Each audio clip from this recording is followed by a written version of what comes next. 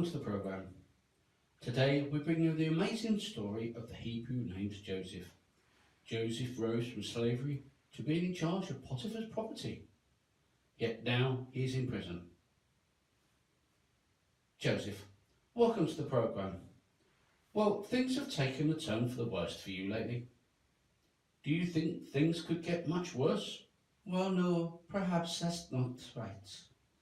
Things definitely are not going my way at present. Just to fill in the details of your story and to let the viewers know, how was it that you came to be living in Egypt in the first place? It's a bit of a long and a sad story, it is. I am the second youngest of 12 brothers. Goodness me, your poor mother. That must have been a very busy household. Well, yes, it's a big family, but we don't all have the same mother, though. I have 10 half-brothers.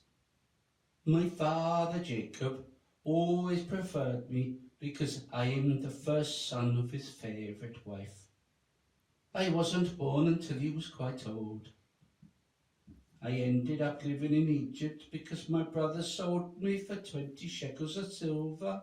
The traders I was sold to brought me here to Egypt, where I was placed into the service of my master Potiphar.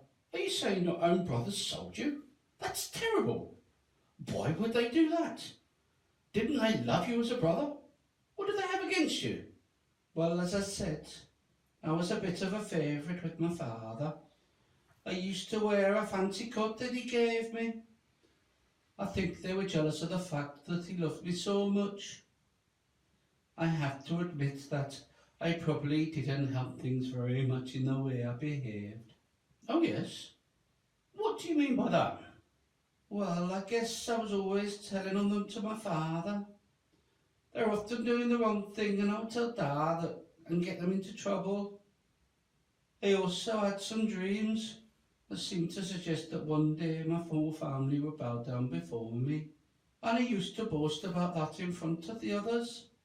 Yes, I'd agree that perhaps that wasn't the smartest behaviour. It does seem a bit extreme to sell you off though. What do you think your father thinks of all this? Yes, it is a bit extreme. Although at one stage I thought they were going to kill me. My brother Judah suggested they'd sell me instead. There's no way they would have told my father. He would go crazy. They must have made up a story that I'd been killed. I know my father must be devastated. So you came to Egypt as a slave. I heard rumours that for a little while things here in Egypt were going very well for you. That's correct. I was a slave for Potiphar, who was in charge of the palace guard. I worked hard for him and he came to trust me. He put me in charge of his house and all his property. That is a high position for someone who's been sold off as a slave. Why do you think things went so well for you? Well, I doubt this makes much sense to you. But I put it down to the God of my father, Jacob, his father Isaac and his father Abraham. God was with me and he made things work out the way they did.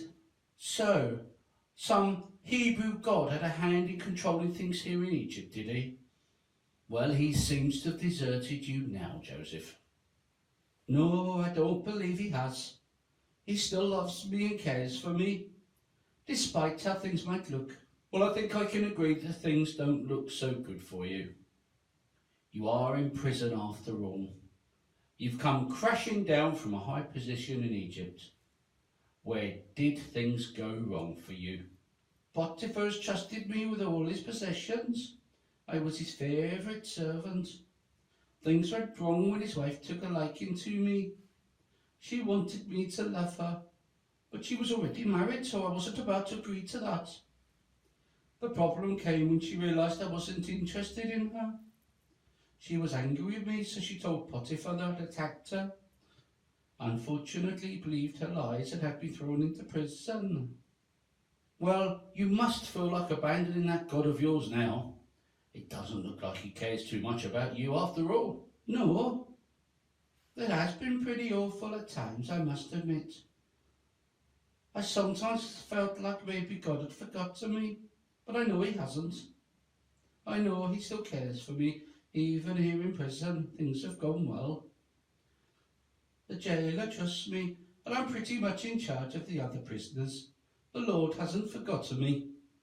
Well, you stick to that theory, Joseph. We might check up on you in a few months to see how things are progressing for you. But I'll be honest, it's not looking good. In the meantime, good luck for your life in prison. And that's all from tonight's programme. We'll be back at the same time tomorrow night when we look at the King's personal chef who is in a lot of trouble. It looks as though he's to have his head cut off. That story and more when we return tomorrow. For now though, it's goodbye from me.